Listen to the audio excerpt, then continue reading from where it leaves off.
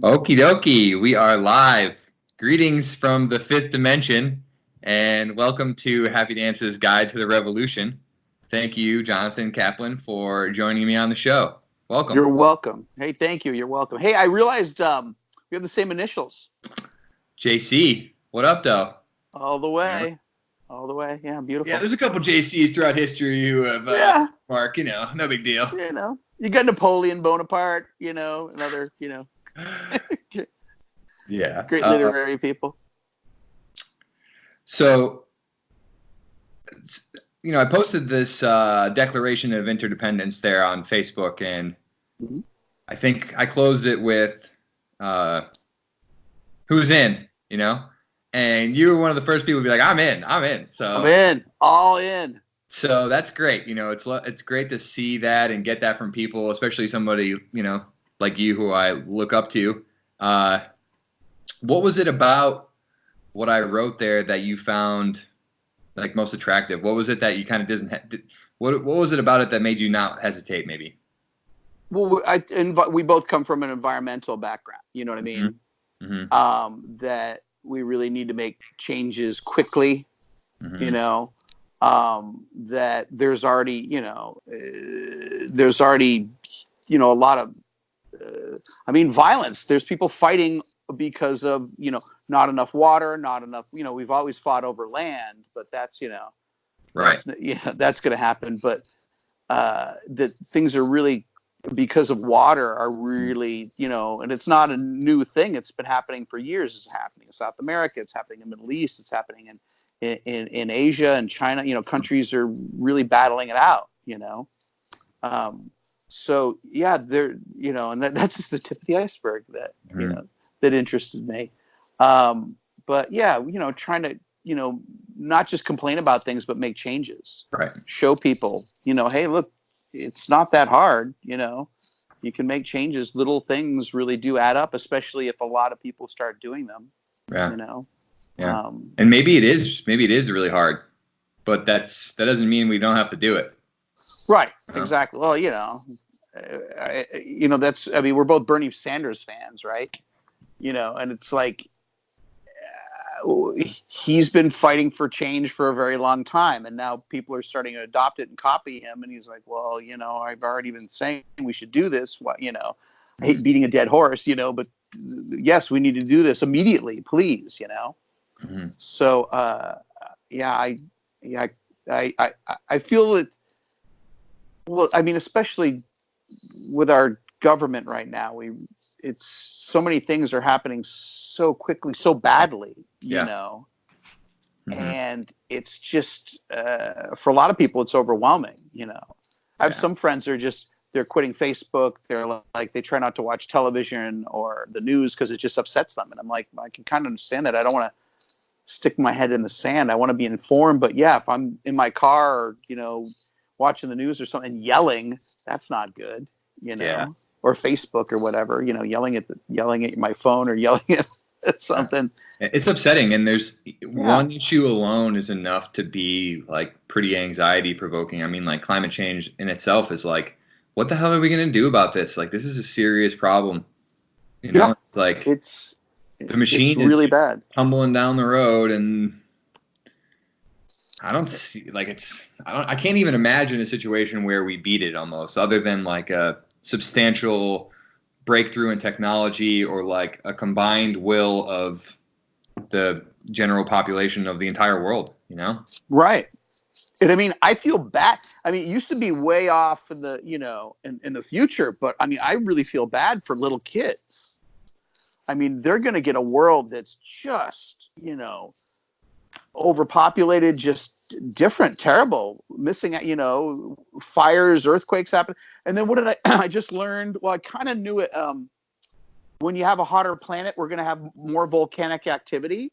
Mm-hmm. Because the cold, I'm not a scientist, but something about the cold, I don't know if that's, I'm pretty sure that was true, but it's like, oh, great. I'm not an expert at that either, but increasing temperature in the same volume increases the pressure. Yeah. So therefore you're increasing the pressure. Therefore you're going to have more explosions. I don't know. Exactly. I can't say that for sure, but that's like intuitively how that I would justify that. And then our other practices, that we're fracking and we're doing things that really, the companies that are doing it are claiming, oh, they're not doing any damage, but then they're paying all this money to cover things up to, I hope people have seen Gasland, that really, gets it out there that, that fracking is bad. And then, there's all sorts of, I deal with greenwashing all the time. What's that? Greenwashing is where people claim to be environmental and claim to be making a difference when they're not. Sometimes they're making it worse. I mean, there's so many examples. Like green plastic. Yeah.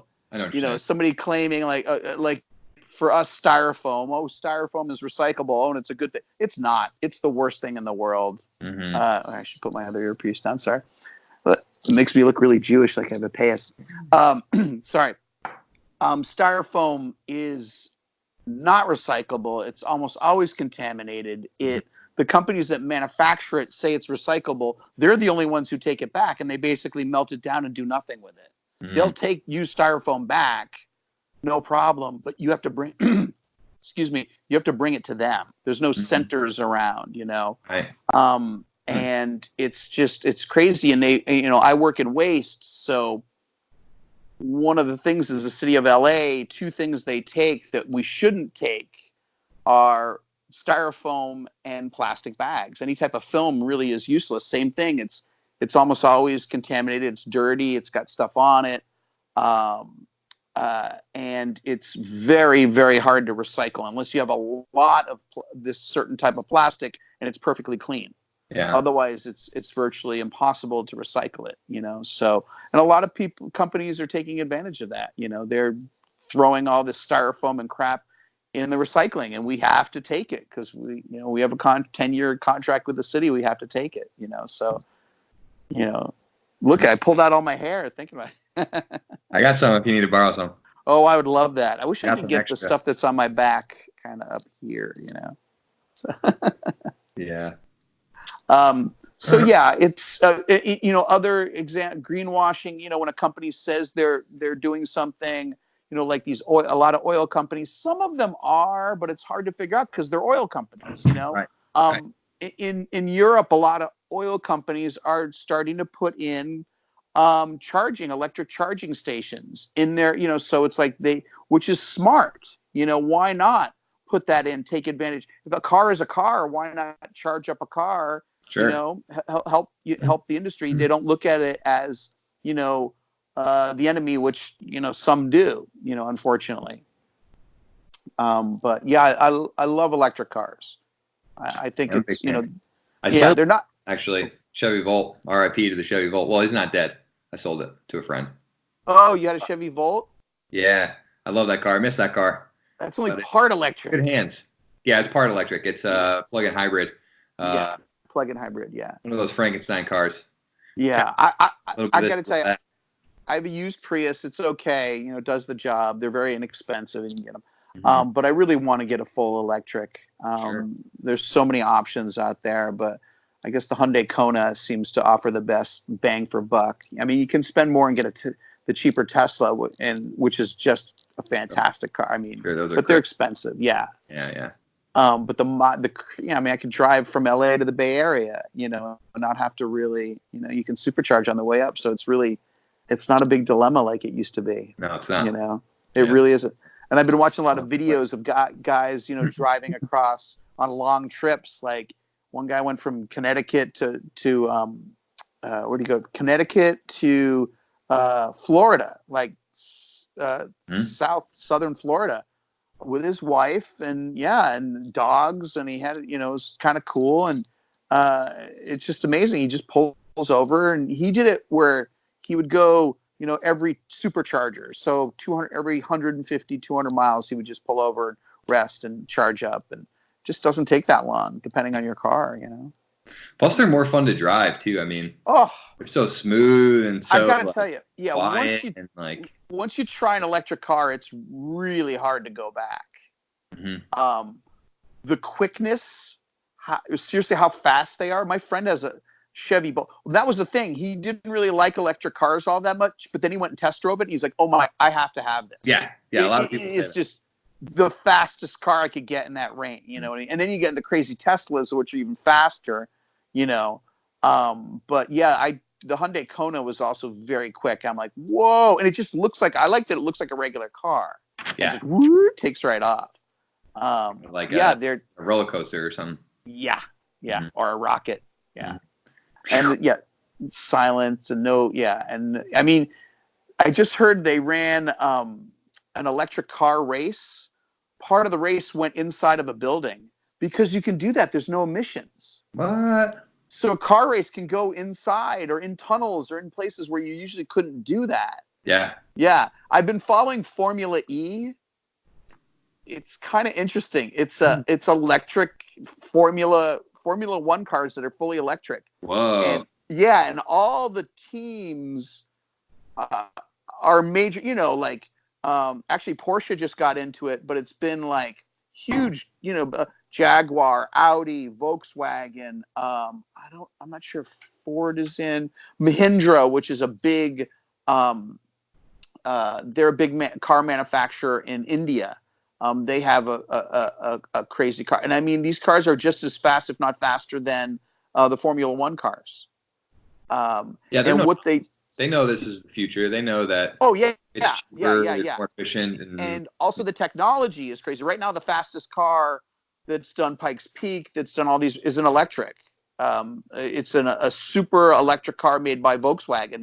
It's going around the world breaking all the records because they can set it up weight wise. If they know the distance, they can put in a battery pack that's specific for that thing, and everything's like perfectly optimized. Exactly. The gearing is all, and also with elevation. With elevation, you can. It's pretty cool. So with a regular ICE, ICE internal combustion engine, when you start at ground, like sea level, and you get up to like 5,000 or 6,000 feet or whatever, you have to mix the fuel different. You have you have your carburetor that electric. In the old days, you had to pull over and change your carburation. Now you have it all kind of electric. So your fuel, I guess, isn't as efficient the higher up you get, or vice versa. And electrics don't have that. So you have the same power and pull at the bottom as you do at the top. So they're just as fast. And it's amazing. And I love seeing this. Anytime, electric cars can bump and all the supercars are all either hybrids now. I know Rolls-Royce makes an electric. Porsche, they're coming out. Mercedes, VW, definitely. Well, they have a whole different range. The Volvos, I think it's called Polestar, is their high-end electric one that they're coming out. And then I guess Sony is making parts for cars. Everyone's getting in the game. Because they can see the writing on the wall. Yeah, so it's like clearly the way it's gonna. Yeah, and also like. Not even just cars, but I have an electric bike. It's one of the best things I ever got. That's the next thing I was going to ask about you is like, are you still biking? Like, how's that going? Oh, yeah. Electric bike. Those are the perfect commuter vehicles for city. Yeah. They're the best. Yeah. It's just awesome. And we are so far behind compared to Europe or Asia. Like it was funny when I bought my bike, I'm like, oh, what's this motor on here? It's called a Bafang. It has a Bafang motor. So they're a company out of China. They're the largest, oldest manufacturer of bike motors. They've been making them for years and years and years. And they look at the American market really as BS. Like, they're like, why would we spend money and try and advertise in the United States when they're probably not going to buy anything? Plus, there's only 300 million people living in the United States. What do we do? They can spend more money advertising in Asia or South America or Europe, where people really buy. I mean, they have these bikes in Germany that are, $5,000 to $15,000. Right. I mean, these are car replacements. These people commute on their bike. They live on these things. Yeah. And they know the, high quality. So, or they have extensions, for storage and stuff like that. I've seen those, really nice, comfortable bikes that last. Drive through it. You can drive through the, through the water and they're no problem. Yeah, they're beautiful. If you ride one of these electric bikes in the U.S., you're basically a weirdo. Like 1% of the population. People don't even. You just look like a bicyclist. Right. That too. Which is good and bad, because right now New York's having a problem. They're starting to crack down. London has had rules all along, because there's different classes Correct. of electric bikes depending on how much power and Like certain lanes how you can fast use, they go. certain lanes you can't use, depending on Yeah. max speed or Exactly. motor size, So out here, like the limiting factor. yeah, out here it's still the Wild West. You can kind of do whatever you want, size wise, and license and ride it wherever you want. And yeah, I drive on a bike path. I drive, and mine is almost comparable to a moped. It goes right along, but class 1 I think is to 15, 16 miles an hour. Class 2 is like I think 20 or something. I can't remember. And then class 3, which kind of like my bike, is like 30. And then you get into it's interesting because it's funny to see the development of where it's happening, because you have the whole crossover, electric motorcycles, electric bikes getting really combined. Do you know what I mean? Yeah. That there's big electric motorcycles that can go 200 miles on a charge and can go close to 200 miles an hour and are the quickest thing in the world. There's nothing that can beat them. Even the new Tesla Roadster that goes 2 seconds is the only thing that can close to these electric motorcycles that are beautiful and silent and very fast. And that's the other thing. When you have something between your legs on smoothness, if you've ridden mopeds or motorcycles or scooters all along, and then you get on electric, the difference in no vibrations makes a huge difference on like a longer trip too. Yeah. Man, I might have to get one, because just go test drive one. There's a good chance that I'm going to end up in Hawaii for a couple years. Yep. No guarantee, but I feel like that's a really great vehicle for commuting there. And they make really nice. There's a huge range. If you're going to Hawaii, I would get a mountain bike.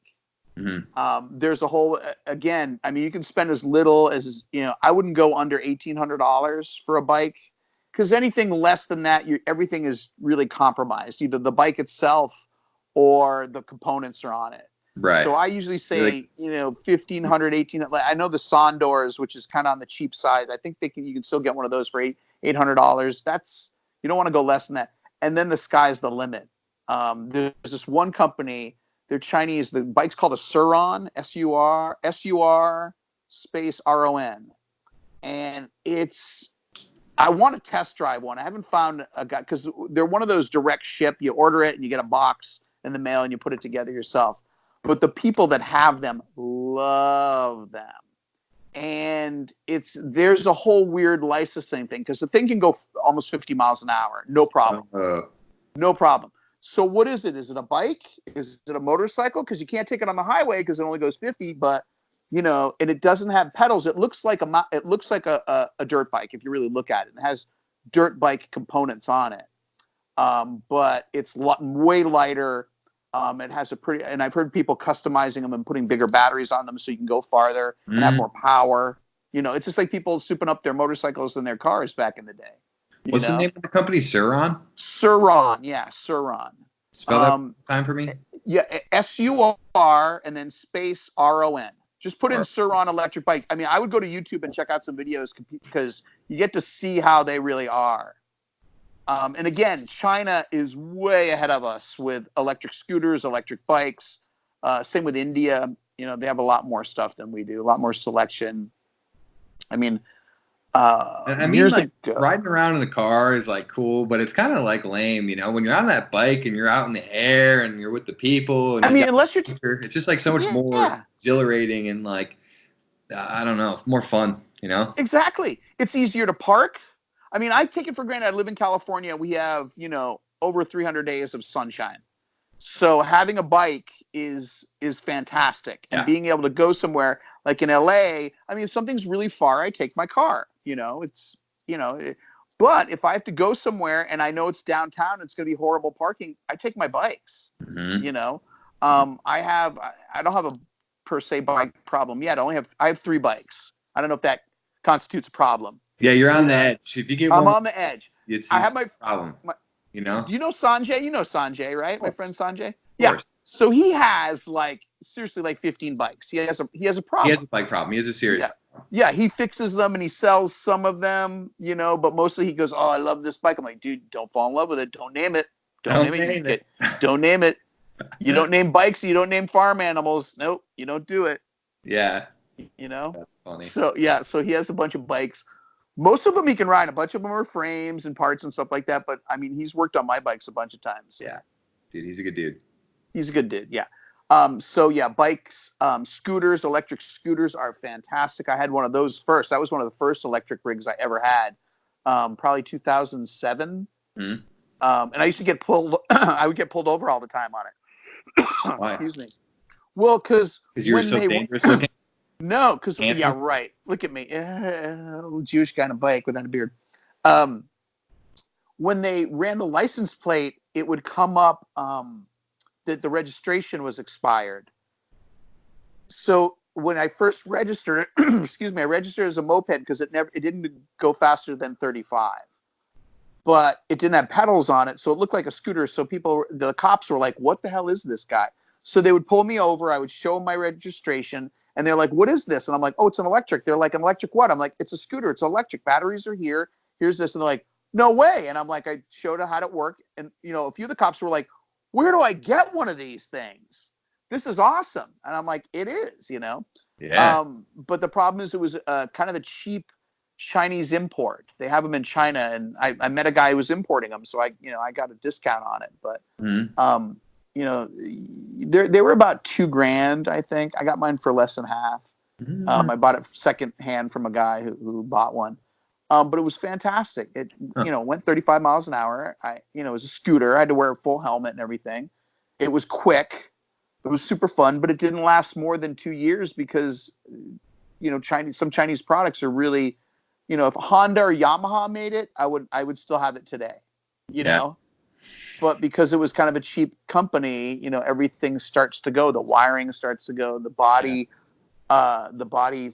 color, just the plastic on the body started to break. It was just kind of a cheapy bike. I might only need something for 2 or 3 years, so maybe I will buy something that's like, you just gotta find an importer. Bring it back from Hawaii, Yeah. Oh, you might as well just try to make it last and then sell it if it's still good. Exactly. The only problem is, riding in the rain. Hawaii is very wet. That's the only thing. What is it? Is it unsafe or just unpleasant or both? A little of both, I would say. Because you're out in the open. You might want to look at one of those. There's a Swedish guy. They're probably expensive, like $10,000. They're these little 4-wheel electric bike things. 4 wheels. Yeah. Or I've seen a 3-wheeler too. There's a guy up near Seattle that makes them too, but they're expensive. They're like $12,000, but it's an enclosed pedal electric thing. I think it was called an Elf. I'll have to look it up. I don't know. This is a couple of years ago. I was like, "That's so cool." Oh, it's $12,000. Now I'm all set. That's not my stuff. But you could fit. It's like having a vehicle. It would be instead of having a vehicle. Sure. And it was narrow. You could totally drive it on the bike path and use. Put 2 people, 2 people, 1 person. I think it would take 2 people. Yeah. It definitely had it was almost like a little, rickshaw? Almost like a little rickshaw. You sit in the back. Yeah. And there's guys that make conversions. I mean, my bike.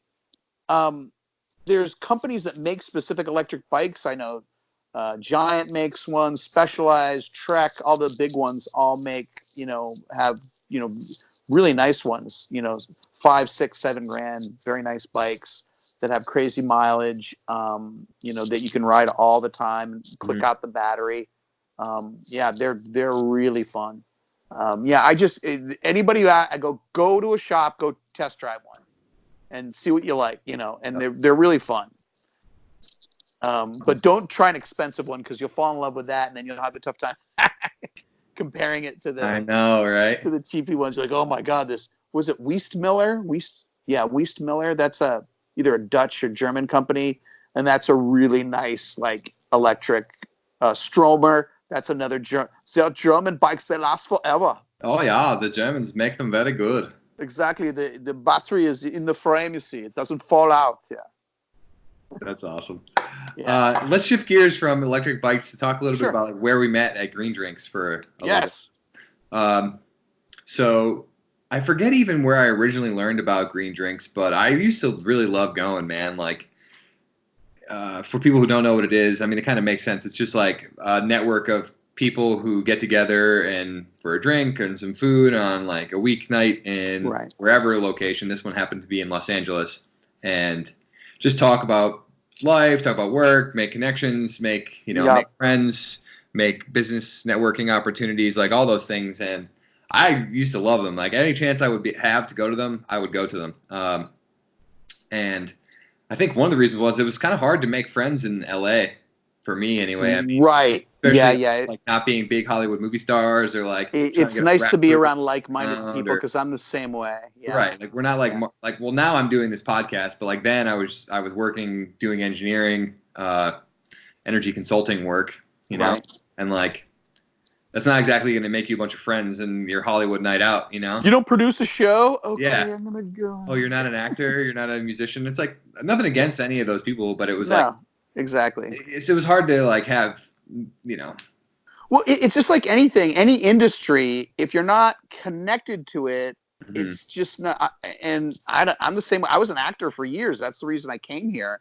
And even then, I like the creative part of it, but the business and the whole the industry, it just was not interesting. Going to a dinner and talking about, oh, I had an audition for this, or oh, I'm working for so and so, and oh, do you know I'm working. I just don't care. Yeah. And luckily I found environmental stuff because I'm like, oh, here are my people.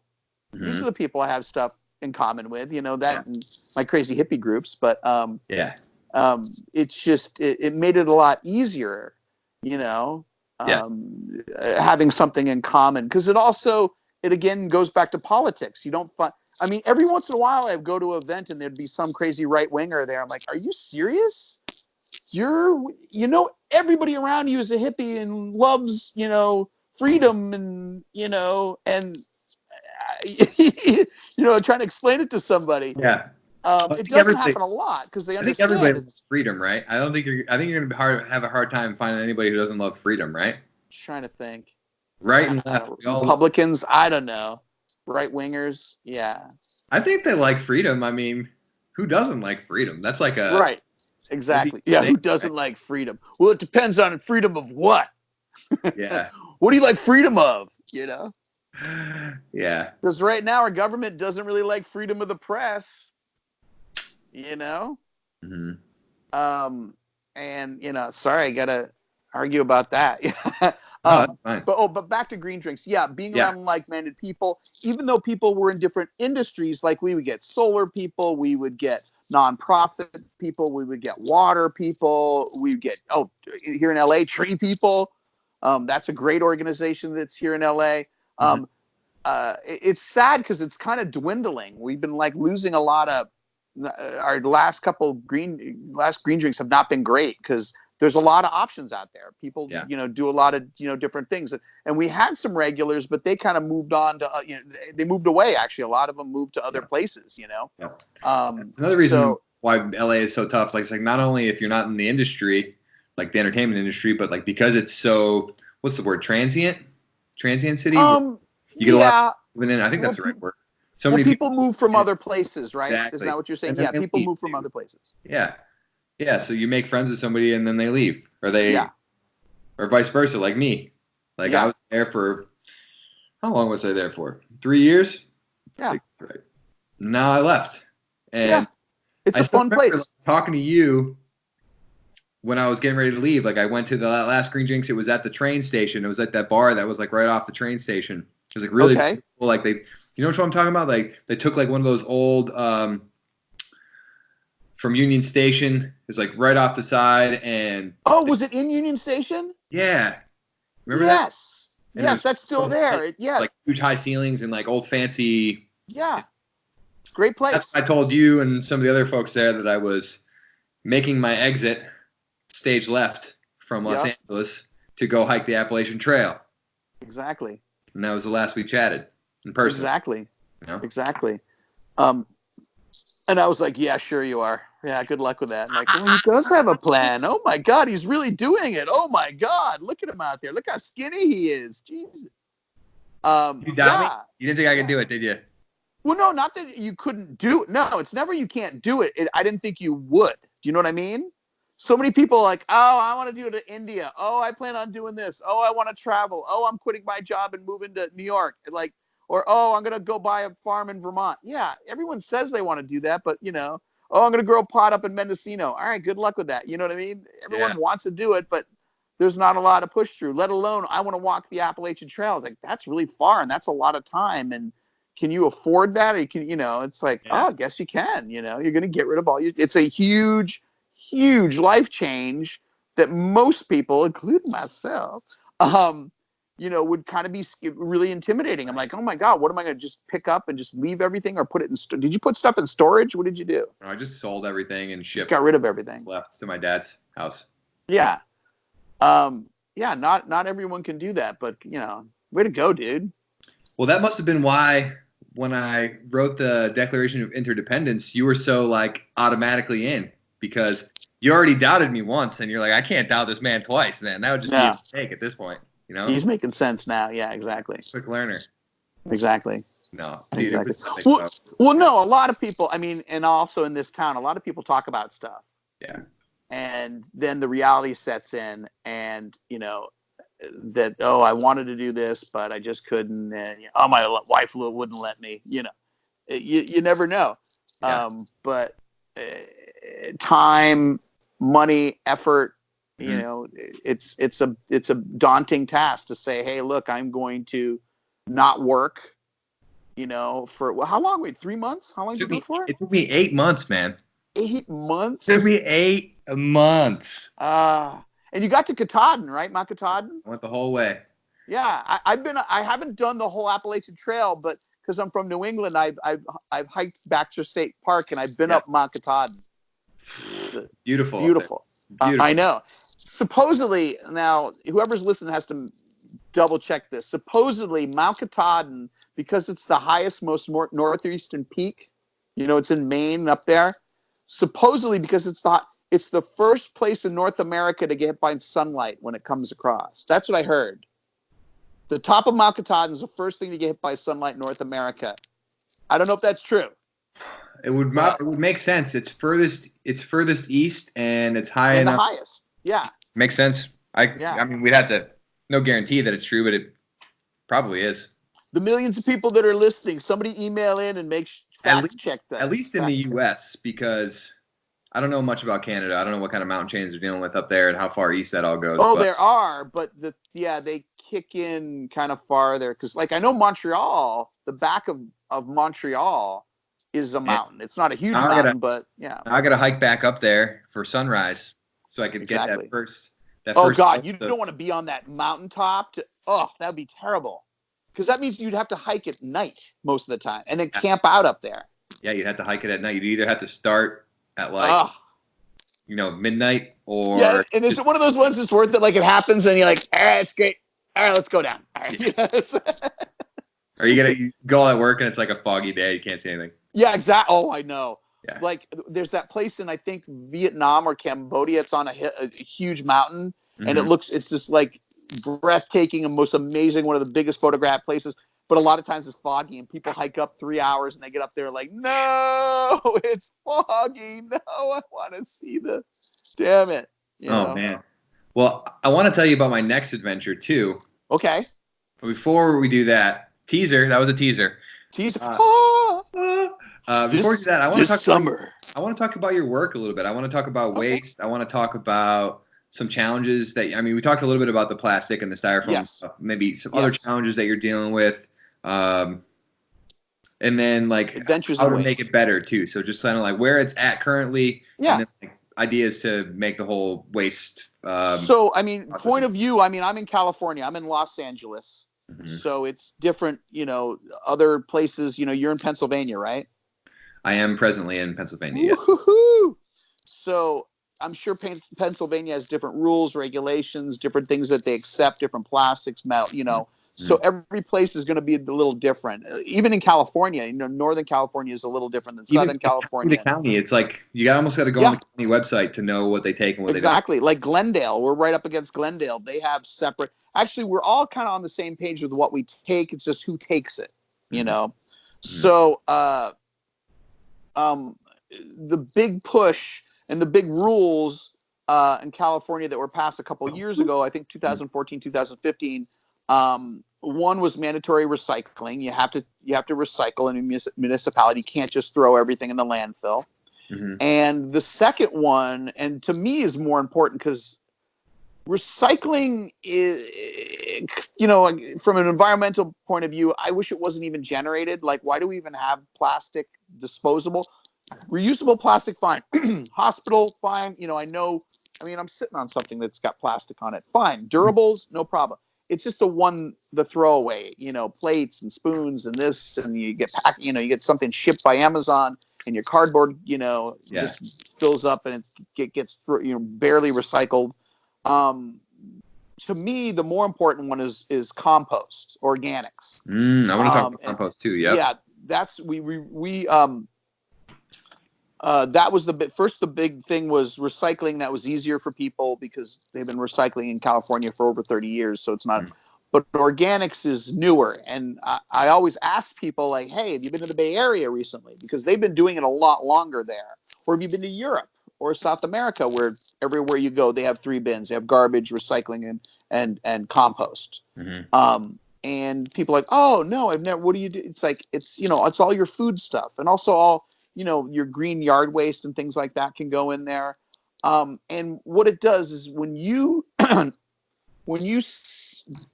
compost, when you don't throw away your organics, it does 3 things. European does 3 things. Number 1, you're getting it out of a landfill, and landfills are filling up and getting more expensive. Anytime you throw something away, you're paying for it, someone's paying for it, and down the road you're really paying for it. Excuse me.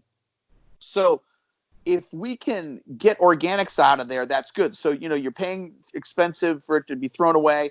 Also, number 2, when it's in a landfill, it turns into methane, which is one of the worst greenhouse gases. The statistics I hear, and it's really weird, are between 20 to 40 times worse than CO2. Depending if you talk to Al Gore, if you talk to NASA. I thought it was like 28, but it's in that range of like. It's in between 20 and 40, which seems weird, but it's anything that's 20 times worse than something, it's bad, right? So 2 is it turns to methane. Number 3, it's a commodity. It can be taken and made into something. Unlike plastic, which is toxic, which has to be melted or use energy to make it into something else. And then it's going to lose a generation. Like this sweatshirt, I think I don't know if it's Patagonia, could be made out of PET plastic bottles. But once you take a PET, when I say PET, that's a water bottle. You know, the clear plastic is PET 1. That, once you melt it down, can't come back as a PET 1 again. It loses a generation. It comes back as something else. Shirts, car parts, whatever you want. But composting, it's in depth. You know, you take something that's organic, you break it down in a composting facility, and it comes back as soil. And it, you know, and in the meantime, when it does that, it gives off a little bit of methane, but it really keeps the carbon out, you know, as opposed to all the energy you use when you recycle, you know, driving it around, melting it down, making it into this. It's much better. Reuse is what we really push. Instead of recycling, use something over and over and over again until there's nothing left, and then hopefully it can just be, you know, thrown in, you know, back into nature. Humans work linear, nature works in a circle. There's no waste in nature. One thing's crap is another thing's food. Humans are constantly making toxic things from the time we manufacture something. I keep wanting to point over here, like from the slideshow here. Yeah. If you look at my PowerPoint presentation in the books, when something's manufactured and mined, it creates something that's not, you know, the toxic. We manufacture it and there's toxic. Then we ship it somewhere. It's bought. It's used for a short amount of time and it's thrown away. And in those time, it's toxic. And then we throw it away. It goes into a landfill and again, there's no way. It goes into a landfill and it becomes even more toxic.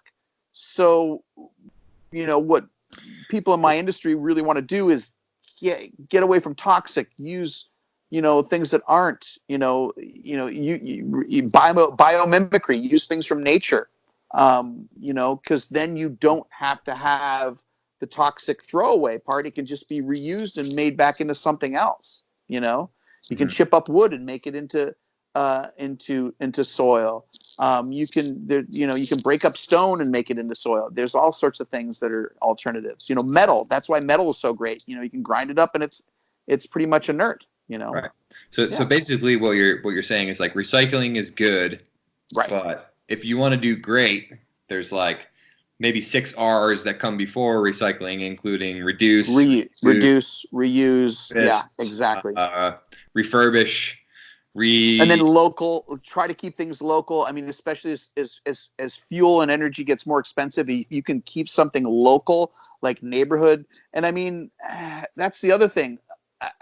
I heard I thought it was India or some Asian country, was one of the last glass bottling plants that manufacture Coca-Cola. So, and what Coca-Cola used to do, and what a lot of soda and beer companies used to do, is they make their product in a glass bottle. You use the bottle. They take that bottle back, give you a deposit or whatever. They take that bottle. They then clean it. They then sterilize it and use it a couple more times. So that's like corporate reuse, which is the best thing you can do, really. And they just closed that last plant, and now that plant is making plastic bottles and shipping it out. And and that's the other thing I really want to. We love to see changes. It's called product stewardship, where companies take the responsibility of their products. They don't just make it and then it's gone. Like Coca-Cola, hey, we make things and then you use the product, then you throw it away. And then it's on the consumer to get rid of this, and the states and everything to pay for their problem that they've created.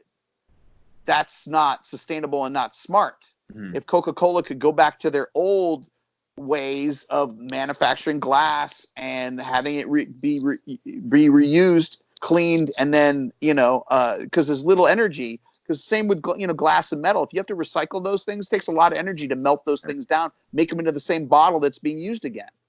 Mm-hmm. It seems silly. Where reuse is really the way to go, and as more and more people start using products on the planet, we got to go with reuse. Yeah. So, if you don't know the answer to this, that's fine. But something that I heard a while back, and I'm wondering if you have any information on this. Is there any danger with reusing certain plastic bottles over a long period of time? Something about from what I was told, like even like the PET bottles, the plastic bottles that water comes in that say BPA free and all that stuff. Yeah, fine. But when those sit in sunlight, when they're exposed to sunlight, they biodegrade. So if you have water in there, if you have and it's weird, we get used to that taste. Some people like that taste of bottled water. They think it's clean and fresh, and it's not. You're tasting plastic. You're not drinking from a stream or anything that's on the cover. You're drinking usually city water that's been lightly filtered and put into a bottle, and now you're tasting the plastic that's leaching into that. I had a neighbor that's like, "Oh, is that what I'm tasting? Well, I like it." I'm like, "Oh my God, it's plastic that you like." "Oh, that's fine. I thought it was something different." Like, he goes, "It tastes clean to me," because we've been brainwashed into thinking that bottled water is better than what comes out of the tap, and it's basically the same thing. If you can put a pretty good filter on your let me get my water bottle. You get your filter and get a reusable. I see you using yours. These pay for themselves. If you're paying $2 a day to buy bottled water, you're paying 1,000 times more than what comes out of your tap. Yeah, and it's no cleaner, and and you're exposed to chemicals in the plastic, and then somebody has to take care of the plastic when you're done with it. And for people to wish cycle and think that, oh, I put all those plastic bottles in the recycling. Well, there's so many of them that the cost has gone way down, and a lot of it is, especially in the United States, isn't even recycled. Even if you put it in the blue bin, it's still not being recycled, which is very sad. Sorry, now I have to drink. So sorry, don't want to bum anybody out. I want to talk about composting too. Yes, but we'll get to that in a second. First, to kind of go down this technology road a little further. Are all these are all this trash that we're putting in landfills? Yep. Are we going to be digging that up like 50, 100 years from now as like a resource? In some countries, they already are. Like there's a great movie about the giant landfills and dumps in Brazil, and then how there's a whole subculture that lives around them that recycle everything, and they go through and grab the plastic and it's like a little mini stock market. Yeah. And then they sell it and they make a living. I don't know, because what it is, it's just like oil. As the price of oil drops, people, I can, if I'm paying $2 a gallon for gas, that's fine. I don't mind doing that. I'm going to use my car and drive around and do whatever, or, go fly a plane or what have you. But when that starts going up, when it's $4, $5 a gallon, people are like, maybe I should look into electric cars or look into walking or taking a bike or taking the train or the bus or something, which will get more expensive because they use the same gas as well, So it's hard because we don't know. I thought by 2020 gas was going to be $7 a gallon, so I'd be like, we're going to be driving more electric cars. But I was wrong. But what? Sorry? I was wrong as well. Yeah.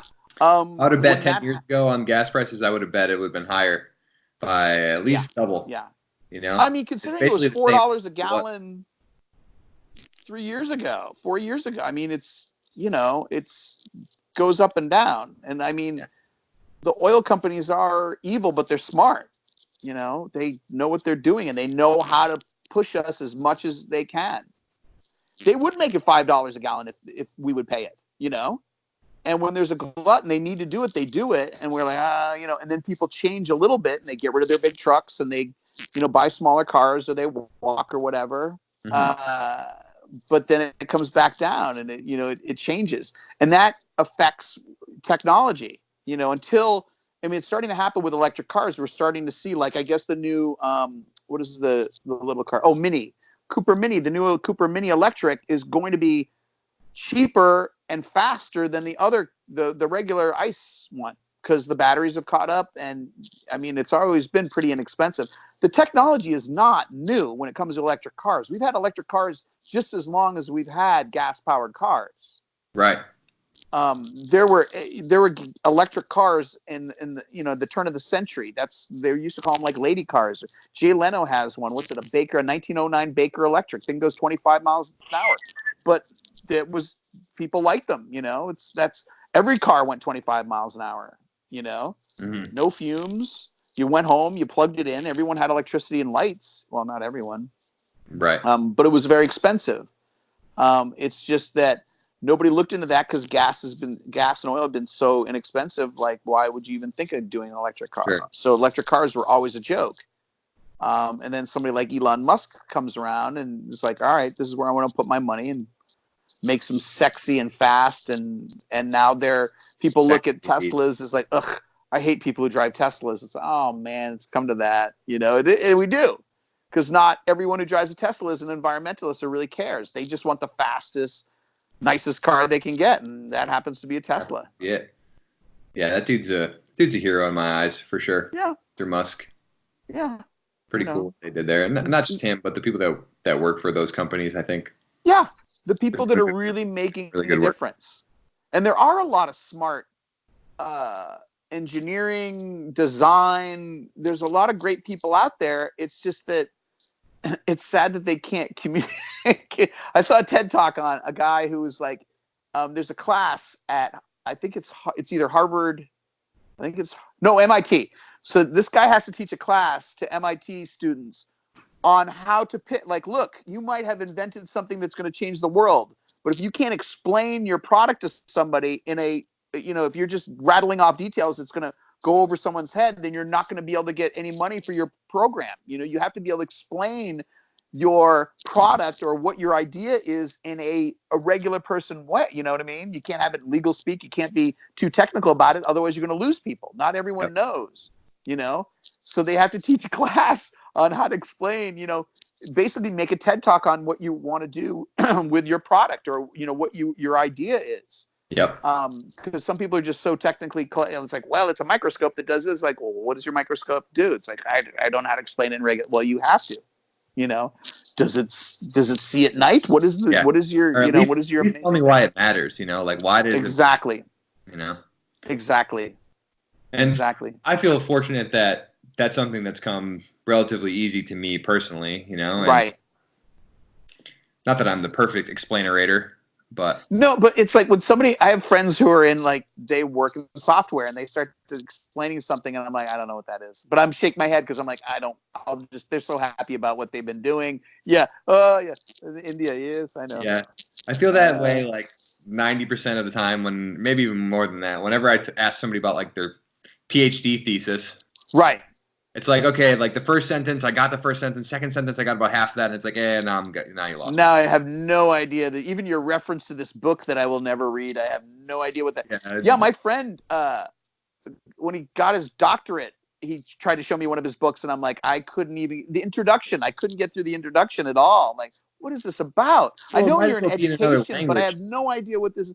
He's like, it's a case study, and then because there's all this verbiage. Every industry has verbiage that no one else understands. Right. Yeah. And when you get those people together, it could be politics. It could be. I mean, I used to do improv for years, and that world has its own verbiage and phrase, and people like listen, like, what are you guys talking about? What the hell is that? It's like, oh, I'm talking about this. Talking about improv. What is improv? Oh, it's sorry, made up theater. Improv's a lot of fun. I used to love going to the improv shows in LA. It was like anytime. I don't think I was ever disappointed. Maybe one time, and I probably went 12 times. Where I was like, that was. Well, when you go to the like the people who really know what they're doing, been on a team for a while and they all have experience. That's fun. But I would always get invited because I was in groups and I was working a jam. I had an open jam at a theater where people would just come and we could do whatever. It was called long form. We did long form improv, and we hey, will you come to my graduation? And I go to these graduations and it's just terrible. Like 7 people, one person is talented and funny. The rest of the people are okay, and then you have the rest that are just, you can't, like, oh my God, please don't come out on stage. Like, oh, I feel so bad. Mm-hmm. So it's hard. Yeah. All right, so let's back up to composting. Yeah, sorry, composting, from comedy to composting. When I was in LA, I was composting. When I was living in Michigan before that, I was composting. When I was in LA, it was tricky. I had a solution for a while, and then that kind of solution didn't really work anymore. And then I had another solution, which was probably kind of illegal. I was like dumping it at like a community garden, but like it wasn't part of the community garden, so I don't really know if they wanted my compost or what. But I was dumping it there anyway, and I was doing it for like myself and my work colleagues too, just because like I was doing it all at once. So like, what's the difference, Right. But then when I left and did the Appalachian Trail, and then I was living in New Jersey for a while, and I don't live there anymore. But I was like looking to see if I could get back into composting, and it's like it's not there. Like certain areas where it's just not available. No, they just throw it away. It's not. Yeah, it's not looked at. It's looked at, and it's funny how people look at something you were just eating. Like, I'm eating this, and now it's left my hand, and now it's in that. Once it just touches it's disgusting. It's the growth. Like, oh, I can't look at that. I can't. What is it? It's food scraps. Oh, gross. No, there's this whole like. Well, with waste in general, there's a lot of bias. I don't want to live next to it. A compost facility, it's going to be disgusting. People, trying to get zoning for a compost facility, which don't smell. Transfer stations where garbage goes, that smells. But most places that do compost, if they're doing it right, it doesn't smell. Yeah. That's the thing. It's hard. So how do you go about, if you've never done this before, maybe you don't know, but I was kind of faced with situations like either don't compost or like start my own composting. Yeah. If you can if you have space and can do it, I do both. Well, I have a house and we have a backyard, so we have a compost bin.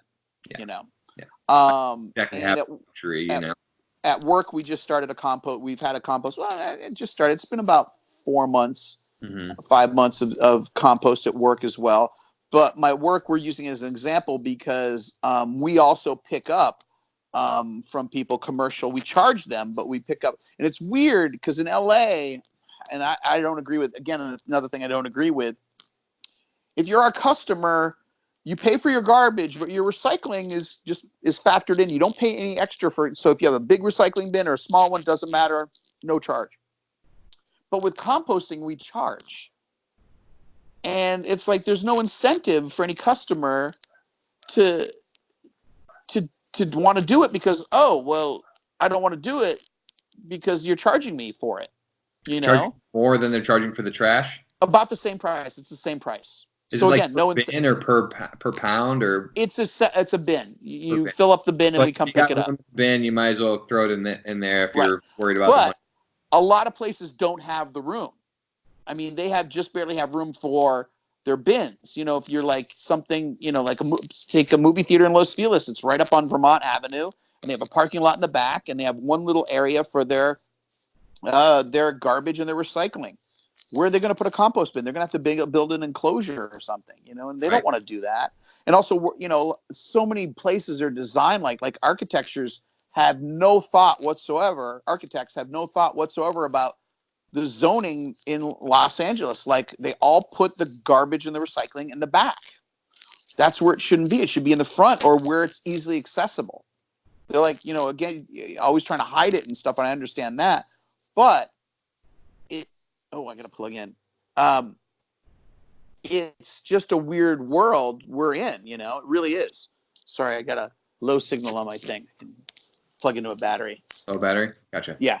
But it's just, I don't know why they do it. I can kind of understand that because there's a cost, you know, we have separate trucks that will pick up your compost and we have to have drivers and everything. But the same thing goes for recycling. You know what I mean? So I really don't get why that's such a fine point. Plus, when we're done with the compost, then we can go and sell it, you know? It's where's my battery? Here she is. Okay. You got it. Yeah. Because you don't want the phone to die. All right. So given your high level of expertise in dealing with waste streams and seeing it at the city level, are there any things that like obviously should be changed? Like if you were in charge of the policy or like the pricing mechanisms or whatever. Like, I would put much more into, also a lot more outreach. The city, when they enacted this new program, basically told the haulers, look, you're going to have to go out and educate, because we're not doing it. You're going to have to go out and educate all your clients, all the people that are your customers. You're going to have to tell them that they're going to have recycling and that they're going to have composting because of these new rules. We're going to do very little hands-on. So I would go to restaurants and be like, you know, and these are compliance things. You have to do these things, otherwise you get a penalty. Like if your water at a restaurant isn't above a certain temperature, your hot water, they can close you down if they find bugs. If it's really dirty in there, or your refrigerator isn't at a certain temperature, you can be fined or have you closed down. And the same thing goes for waste. If you don't have these certain things, eventually you'll be fined. You know, you will be fined if you don't have these things on site. You know, doesn't matter if you're not using them, but you just need to have them on site. It's funny, like some places that are more eco-friendly are trying to shy away from like bleach and certain cleaning products that, you know, can really mess you up.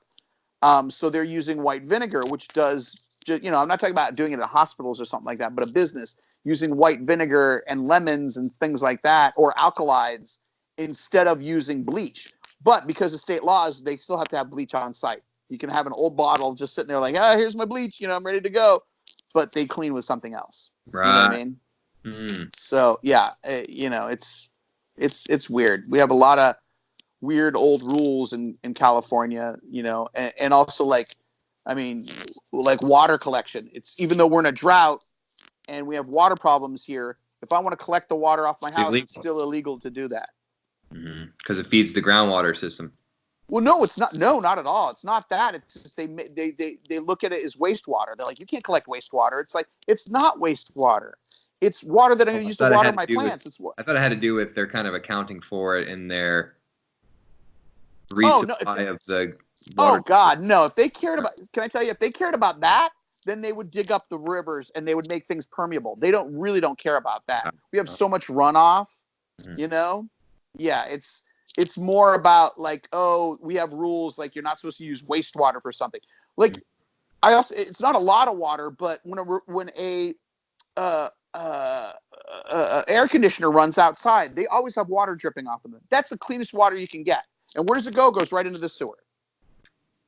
If you could take some of that water and let it drip onto a plant or something like that, it's perfectly fine. But they may, oh no, that's wastewater, has to be thrown away. There's a lot of dated, stupid rules. Luckily, our governor is pretty smart. We have a good governor, and he's making changes. But there's still a lot of old rules that no one's rushing to change. You know? Yeah. I mean, we could go on a whole show about water. I would love to have. I know some water people. You should talk to them, man. California's. I was going to bring it up at the beginning of the podcast when you brought it up, but something I've been saying for a while is, if you thought the war for oil was bad, if you thought the wars for oil were bad, wait until you see the wars for water. Yeah, we can live without oil. Like if all the oil just disappeared, we would adapt and figure out some other transportation. We'd have a lot more solar, a lot more wind. We'd also probably, I mean, especially living by the oceans and they're growing, we would have had a lot more tidal. Do you know what a tidal is? It's basically windmills that are underwater. Yeah. And I don't know why there's not more. There's certain areas where they're testing it, but that potential is huge for me. So anybody who lives near you can have tidal mixed with solar, mixed with wind, and then it's not intermittent anymore. You know, especially with if you can have a battery backup at your house charged up all day with the solar, and then use that in a smart way, you can make money. And then in other countries you have geothermal. I mean, we actually have some geothermal here in California because we do have, we're fairly close to geothermal. We can get the heat. A lot of places you have to dig really deep in order, and then you have places like Iceland, which it's right there. They all their energy comes from geothermal. So. That's amazing. And compost. Yeah, I'm sorry. Back to compost. Yeah, jump around a little bit. No, that's all right. Yeah, the original question was like policies that you could change if you had some creative control over the I would put system. I mean, number one, I would streamline the permitting for getting composting facilities online. Somebody who's like, oh, NIMBY on you, like, oh, I don't want it in my backyard, a compost facility. It's like, no, sorry, you can't. It's like people who complain in HOA associations, like, oh, we can't have solar here. I don't like the way it looks. Hey, can we swear on your channel? Yeah, let it rip. Okay. Yeah, fuck them. Sorry. Yeah. If someone's like, you don't like the way a windmill looks, or you don't like the way a solar panels, fuck you. Yeah, I don't want fracking, or I don't want a coal burning plant in my backyard either, but that's no problem. Or people have no problem with a 5-lane highway going through their backyard, but God forbid you want to expand trains.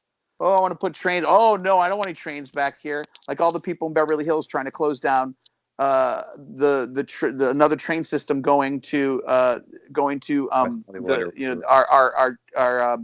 trains going through and going to the ocean. We just opened 2 years ago. We opened finally. Expo line. The blue line, Expo line goes to Santa Monica and goes all the way to the ocean. And they didn't expect how many people. It went crazy how many people were using the new Expo line. It's fantastic. And now they want to build another one, but all the rich people in Beverly Hills are like, no, I don't want a train going through. Like, come on, really? Makes sense. Everyone's trying to protect their little property investment or whatever. But trains versus highway. I think it would actually help the property value. I mean, you have access to public transportation, but there's some maybe rich, maybe they just don't care. Building more bike paths, really. The places that have closed area, like you have 3rd Street Promenade, when that was built as that. But I'm from Vermont, and when Burlington, Vermont wanted to close Church Street to traffic, and I know the same thing happened in Boulder, Colorado, it caused a huge uproar. Like, you can't close a street what are we going to do? We have to be able to drive. Like, no, whenever you close a street to traffic, crime goes down, businesses do better, people want to live there, and then you put in a bike path. When they did the LA River bike path, they're finding all the businesses that were on the bike path, they're doing way better business because a lot of people are using the bike path. And the people who use bikes aren't just poor people going to work. They're people who have a lot of money. You know, it's very diverse, people who use bikes, you know? So, yeah, it's win-win when you get rid of cars a lot of time. You know, it really does. I saw this idea of, I think they're called super blocks. Could be called mega blocks, I forget. But they're doing it in Spain and some other places where you take the city grid and you basically shut it down to traffic within sort of like a hashtag symbol. So you make like an outer square, which is still open to traffic, but then like the inner kind of... Exactly. There's a city, I forget what city it was. I think it's either in Brazil or Buenos Aires, Argentina. I can't remember. It's one of the larger cities. And they had a crazy mayor like 20 years ago who was like, you know what? I'm going to eat. And he got in big trouble. He's like, I'm closing down the center busy street. No one can drive on it anymore. It's all bikes, buses on one side, and then bikes and people walking on the other. No cars. Cars can cross on certain areas, but they can't drive on that road. And the same thing, the oil companies and the car companies were like, you can't do this, and it's terrible, blah, blah. And it changed the city for the better. Crime went down in that area. The businesses that were there did better. Because that's the thing. When you're in your car and you go by a business, you're like, oh, here's that company. I got to find parking. I got to do this. Or maybe I'm going too fast. I'll go by. When you're walking or you're on your bike, like, hey, there's that business. I'll just pull over and I can just, And that's a fact. Yeah. People who walk slower or are on bikes are more apt to go into shops. Shops that are on closed streets are much more desirable. 3rd Street Promenade is one of the highest rents for retail. I know in Burlington, Vermont, Church Street that's a destination location where people. Same with, I forget the name of this street in Boulder, Colorado, but all these places that have closed streets and had them just for either bikes or pedestrians. It's a huge change. It's night and day. You can still get around the city. Like, you're not blocking off like everything. You're just like designating certain areas without cars. And when it just makes it easier for people. Feels so much better when you don't have like, you're afraid to step out on the road and get smashed by a car, or like, you know, the roads everything's so spaced out because the road's set up for 4 lanes of traffic, and you know, you just don't need any of that, you know? There's a town in Germany where it's an old town, and what they did was they closed it to cars. You visit that town, you park on the outskirts, and then you either ride a bike or walk, or they have shuttle buses that take you into the town, and you walk around and bike around the town. And then when you go to leave, and same with all the houses, everyone who lives there, they don't have their cars right there, or they don't have cars at all. Whoa. And I'm like, oh my God, I want to live there so bad. Oh, where is that in Germany? I forget where it is. Look up Carla City. I can't remember what it is. It might be in Austria. And it's not big. It's just an old town, and they voted on that, and that's what they did. And they were so happy. They're like, this is the best thing that ever happened. That's so cool. Yeah. That might be a good transition to my next adventure. Yes. I'm going to go do some woofing. You know what woofing is? Was that picking up garbage? No, what's woofing? Picking up garbage while you hike? No. Well, it's an acronym, which I used to think meant one thing, but now it means a different thing, but it's basically the same thing. It's organic farming. Oh, okay. So you go, and there's a host family or a host farmer or whatever, and you go and you work on the farm for like a kibbutz. X number of hours a week, and they feed you and they house you. And so I'm going to go do that in Switzerland and Italy with my fiance for about 3 months or so, starting in February and ending in May. Oh, that's so see, I would love to do that. You know who you should look up if you want to do that in the United States is I think it's Polyface Farm, Joel Salatin. He's written a whole bunch of books. I think I got one of his. Yeah. Folks, he's done a bunch of TED Talks. What's the name again? Here, I got his book right here. Joel Salatin. Show to the camera for everybody now. Here. Hi, Book Week. Joel Salatin. Folks, this ain't normal. Yeah. Have you ever read Omnivore's Dilemma? No, but I know some of the ideas in it though. You should read that. So Michael Pollan went to live with Joel Salatin for like 2 months or something, and on his farm, and saw how he's second or third generation, calls himself a dirt farmer. Ooh. And when they bought, originally Joel's family moved from the United States to Venezuela, I think, and had a big farm down there. But during one of the revolutions, they lost everything and had to got kicked out of the country and had to leave. Mm-hmm. And his father or grandfather came to the United States, and they're like, "Where can we go? We need cheap land, and we could," because they knew what they were doing. They bought a place in Virginia, I think 200-300 acres or something, mm-hmm. And it was sand. There was nothing there, And because of his farming practices, they build up soil, all organic, all animal based. And what they do, I forget what the process is called, but it's very old. So you have a field, right? You have a field with grass. Yeah. First thing you do is you send the cows out there. The cows eat all the grass, right? And then you take the cows and you move them to another pasture. His farm is all mobile. Everything moves around. The cows aren't always in the same place. The pigs everything's always moved around. So then he lets the field set for a while. Then he lets the chickens go out there, and the chickens eat the bugs that are in the cow poop at a certain, it has to be choreographed at a very specific time. Everything's kind of scheduled and exactly planned out. And he showed, look at my neighbor's yard and look at my yard. Look at my line. And his grass was way higher and greener than anybody else. And, because of his farming practices. Mm-hmm. And then he cuts down the hay and he feeds it to the horses during the cows during the wintertime. And he raises the chicken, and people are fighting over his organic beef and chicken and pork. People go and you live there and you work on his farm and you hang with the family and you eat with them. And it's just great. He is kind of a Bible thumper. He's religious, but he keeps that a little separate, That's cool. But I know he's, because I've seen him. What? I'm not really anti-Bible. I'm kind of like, no, I don't want it pushed on me though. I don't want to all right, fine, I'll talk to you about this, but I don't want, yeah. You know what I mean? Because there's Bible thumping, God, what was it? Bible thumping, people who don't believe in God. What is it? They're I don't believe in God, and you should not. It's like, all right, please don't proselytize not believing in God too. Yeah. Everybody has their thing. Right. But yeah, I don't have a problem with, if somebody's religious, that's fine. Just, keep it to yourself, please don't try and get me to go to a meeting or something to your church. Right. But he's a really nice guy, and he's very passionate and super knowledgeable about it. Very, very knowledgeable and very well spoken. You can check out, he has numerous TED Talks and numerous speeches, and also on his farm, he does, people go and visit him, and he shows you he's not afraid to show people how stuff works. Mm-hmm. And he's written, I can't remember how many books he's written, but I just wish everybody, seriously, if I was president or whatever, Joel Salatin would be my Secretary of Agriculture.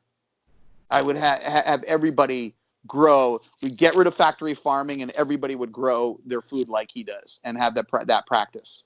I mean, even though I don't eat meat, I have no problem with how he grows meat. You know what I mean? Right. He was saying he's never in the 30, 40 years he's been a farmer, he's had the vets and never have to come to his place. He doesn't need, because animals, if they eat a natural diet of grass, they don't need any meds. You know, they're healthy. They don't need antibiotics. Yeah, and that's his chickens, his dogs, everything. He's totally self-supportive. He composts. He just does everything the right way. Mm-hmm. And everything that he did, that the other farmers are like, "What are you doing? That's crazy!" And it's like, it worked. Instead of clearing all the land of trees, there's certain areas where he left the trees, and the trees are a natural weather break. So he didn't lose any soil. Yep. Yeah, really smart guy. So yeah, check out his book. Yeah, and Omnivore's Dilemma is good. I love Michael Pollan. I think he's great. Absolutely. Yeah. So I'm looking forward to going and doing the WWOOFing. It's going to be awesome. I've never done anything like that before, but that sounds great.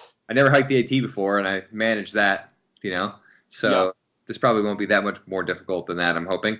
No. And we're going to bounce around to different farms too, so we'll get a different feel, different places. Exactly. Some stuff with livestock, like some building projects since it's still kind of winter, like beekeeping, composting, mushrooms, cannabis. Picking, you're going to be cannabis, picking that, moving soil. I'm sure. Yeah, composting actually is pretty hard because you're putting things into piles.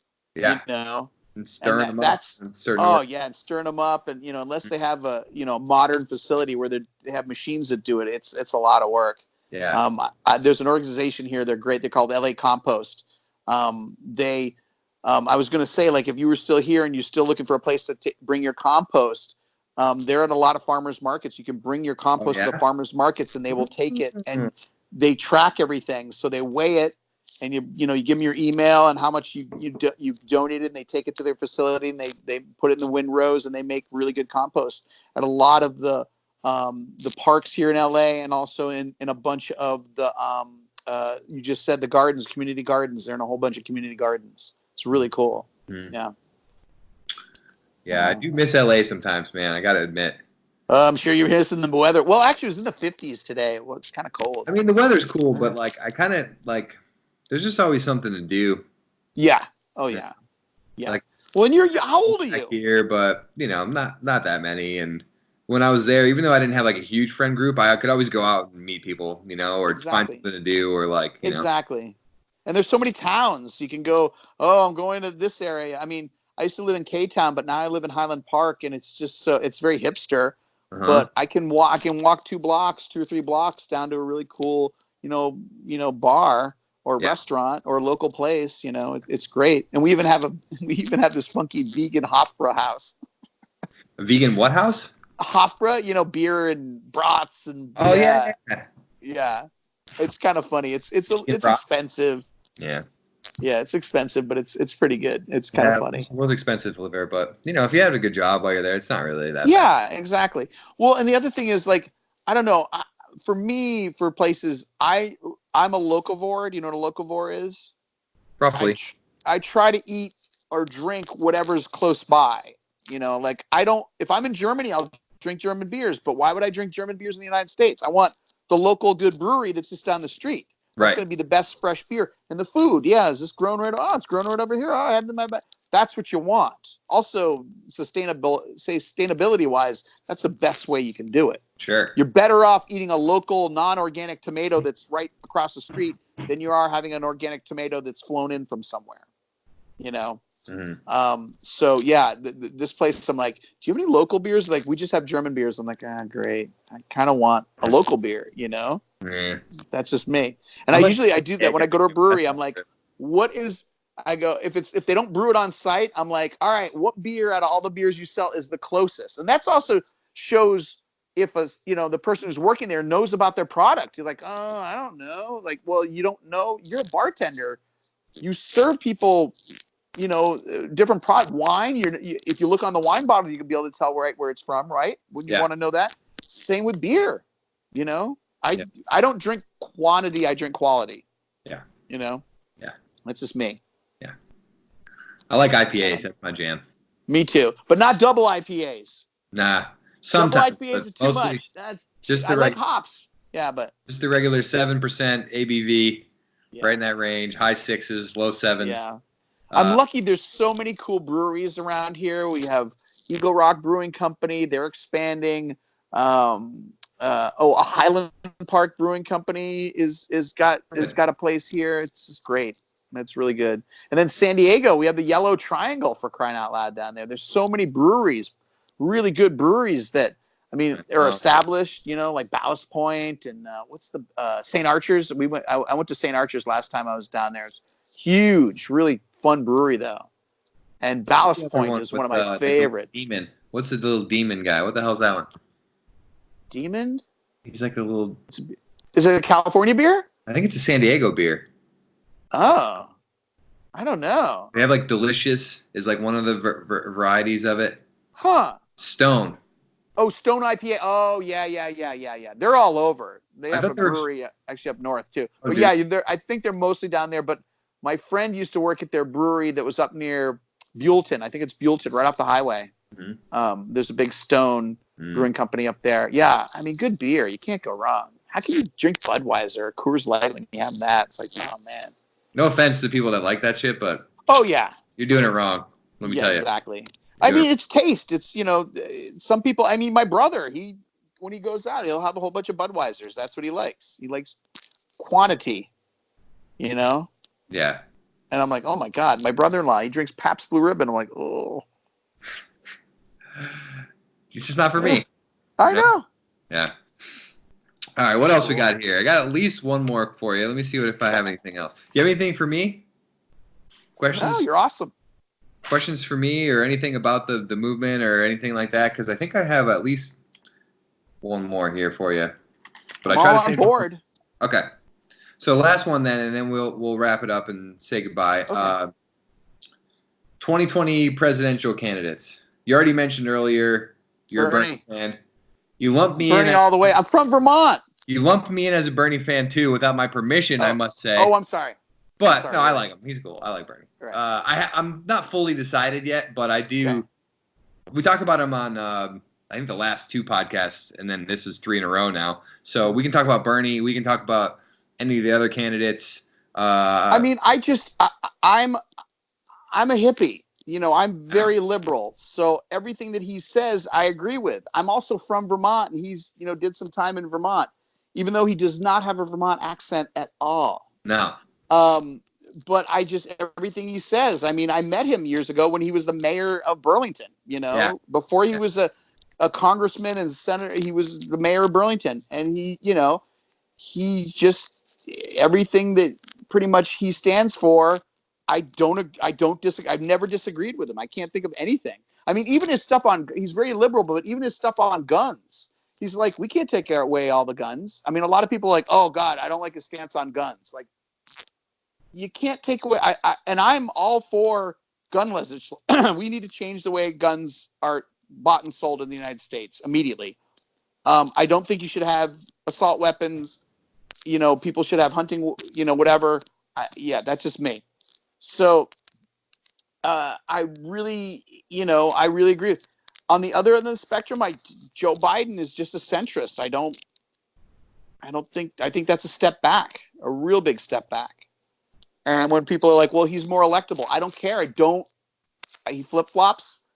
I don't trust him. I don't like him as much as I like Bernie, you know? And then there's other things. I used to like Elizabeth Warren, but she didn't shake his hand. What's up with that? I don't know. That was not cool. I was like, as a sportsman who likes sports, and not that it's a sport exactly, but, and obviously they're in this, who's telling the truth bullshit. Right. Which is, to me, seems like an obvious ploy, you know? Right. Right. Yeah, I didn't think that was cool. Yeah.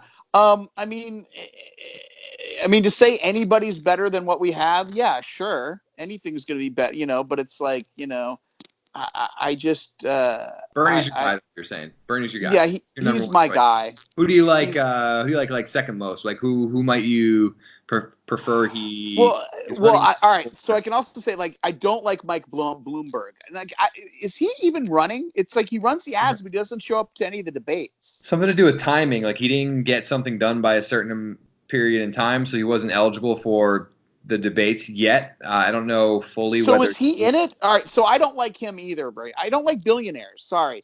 Even though, what's the billionaire who's very much an environmentalist? Is it Tom? Yeah, he's making it his top priority, he claims. What's his name? Is that Steyer? Yes, Steyer. Thank you. Okay. I mean, same thing. I think everyone environmental has to be the top, but I don't know his other policies, so I can't make a, you know. Mm-hmm. And then, you know, I don't know, Buttigieg. He's a military guy, dude, and he's a centrist as well. So I don't know. Mm-hmm. Bernie's my guy, and it's funny. I live in a house. My housemate was all about Kamala Harris. I was like, oh, and I'm like, I don't like Kamala Harris. She's a prosecutor.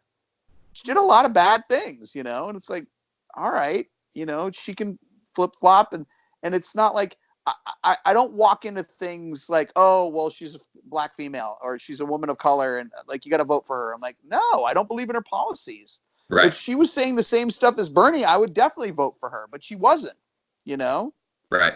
So that made it very hard for me, you know? Yeah. But yeah, I don't know. And then there's a new guy from Massachusetts. I don't know. We'll see what happens. Mm-hmm. You know? But yeah, I really think Bernie can do it, and the guy's amazing, and he pushes all my buttons. So, you know, and to say he would never get anything done, I mean, he would get a lot more done than we have currently. And also, in my opinion, in the right direction. I mean, what we spend on our military is ridiculous. I know, I can't remember, one of the guys from Ben & Jerry's, you know, Ben & Jerry's ice cream? Yeah. Those guys sold out. Came and from now, one of them just tours the United States. He's a lobbyist to have money taken. He goes, we need to cut our military budget. And he has all these statistics like, look, if we even cut a third out, you know what you could do with a third of the money from the military? Like it's so ridiculous how much we spend, you know? And I'm not even talking about like what we do to our veterans, how we don't reimburse our veterans, how we have especially here in LA, we have homeless veterans living on the street. We're not helping them. That's shameful. Yeah, really shameful, disgusting. It is. You know, or the fact that people serve in our military and then they get out and they get deported. That's another thing, is absolutely disgusting. What? I don't understand why. You know, somebody was like, I thought it would be like, hey, you sign up for the military, you're now a citizen. Can't we do that? That's ridiculous. You put your life on the line for a country and then you get deported. I didn't even know you could do that. I didn't even know. Yeah, it's insane. Yeah, they're doing it. Huh. It's terrible. Or their families. Somebody comes home and, oh, my mother or my wife got deported, you know, and I'm in the military and there's nothing I can do. It's really, really sad.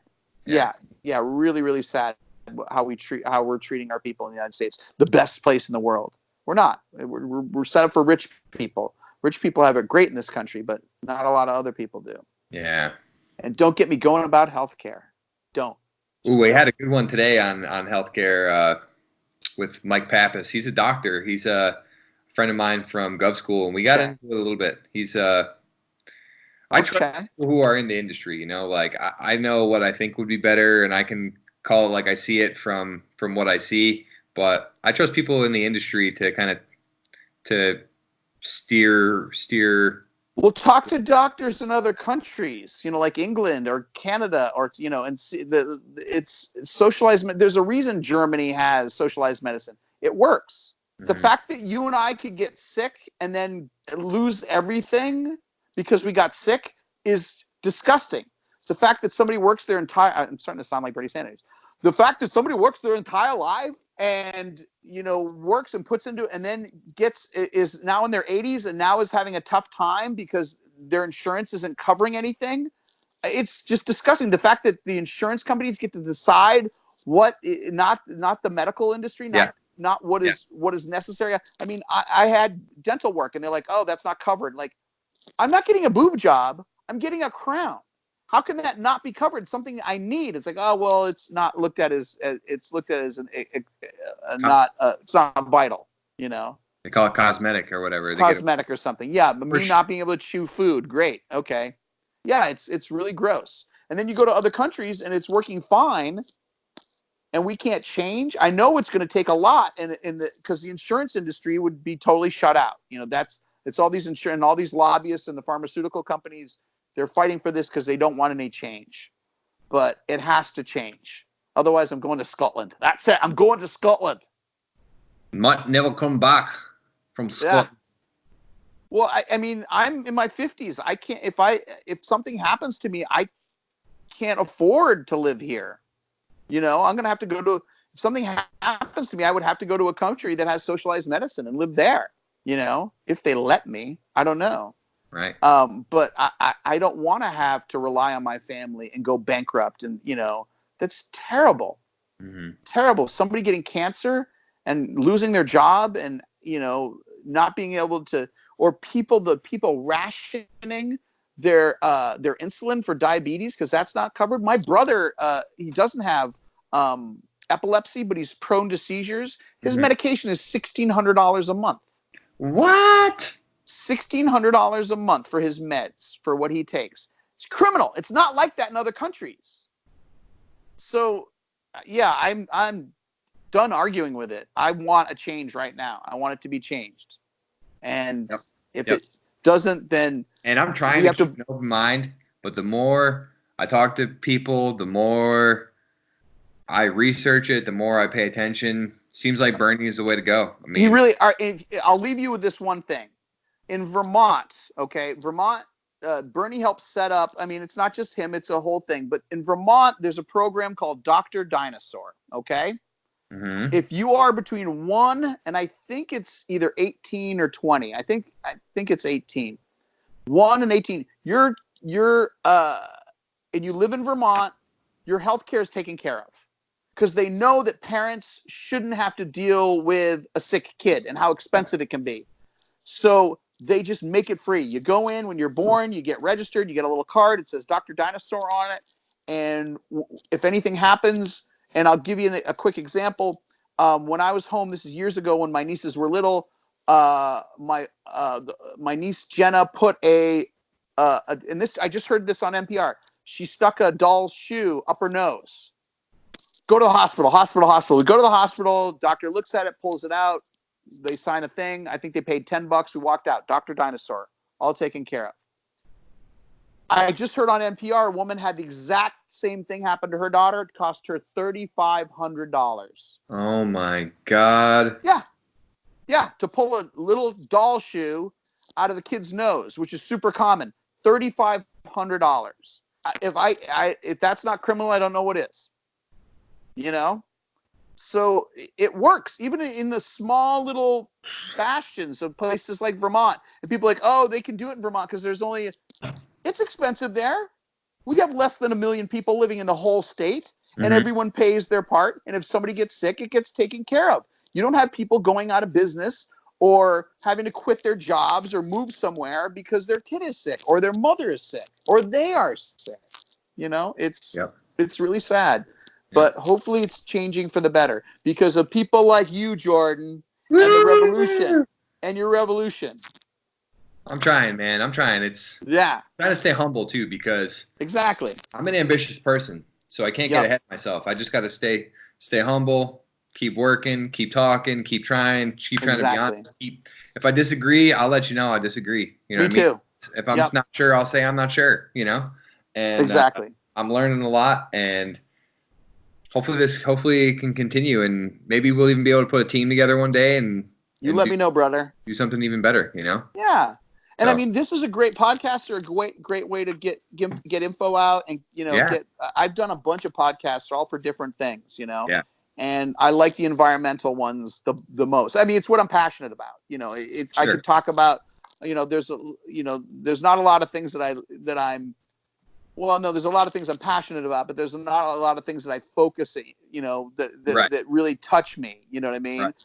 I don't care about what kind of car I drive. I'm not I need to have a brand new Porsche or something like that, or a Bentley.